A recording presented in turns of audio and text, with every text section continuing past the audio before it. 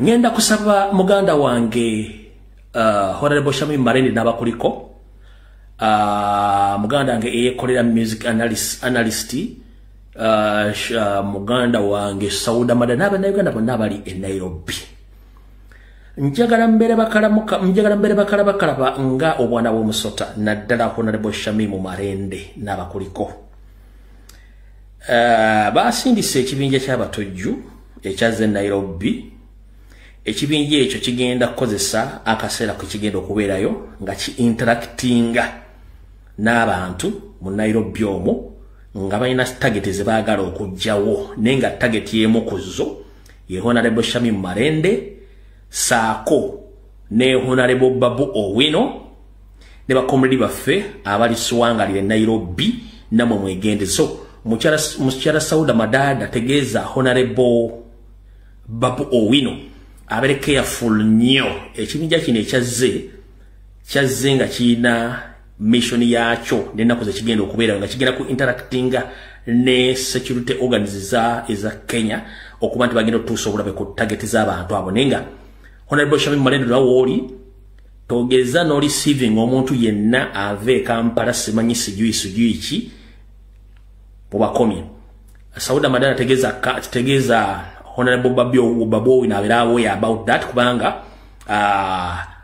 mukulu Ruto ya report nti Babu inamutawanya nnyo ate nga ali affiliated ku Kyagulanyi Center comrade yekolera music analyst wona woli muganda we newebereremu team mwagirabyeko no muri mission yazeeko nga biro coordinator waabwe ye 2-in-1 yali mu coordination 2-in-1 momotegedde bulungi nnyo yali mu coordination yeyo okola emirimu egyo.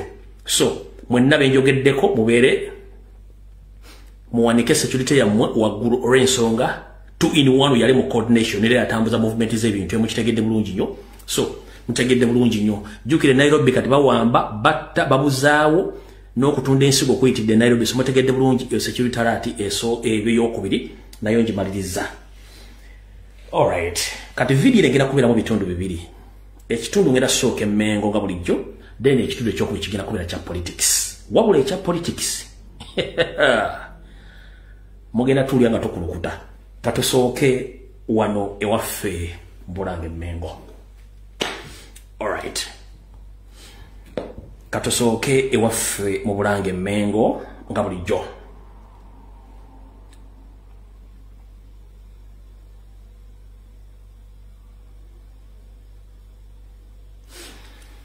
Okusookera ddala njala otutola mu kisaguno okwebaza nga bwe nakikola ku lunaku olw'okusatu za n'olwokutaano okwebaza Honorable Joel Ssenyonyi olw'okuba nti wakoze omulimu ogw'ettendo ogutakolekangako wadde akulira oludda oluvuganya owa Buganda Caucus okujja ku mwaliriro gwa ssetteeserezo n'oteekayo eddoboozi lyo ku nsonga za Buganda naddala okubanja ensimbi n'ebintu bya Buganda ebitasasulwanga. Webali nnyo baleddera muganda wange.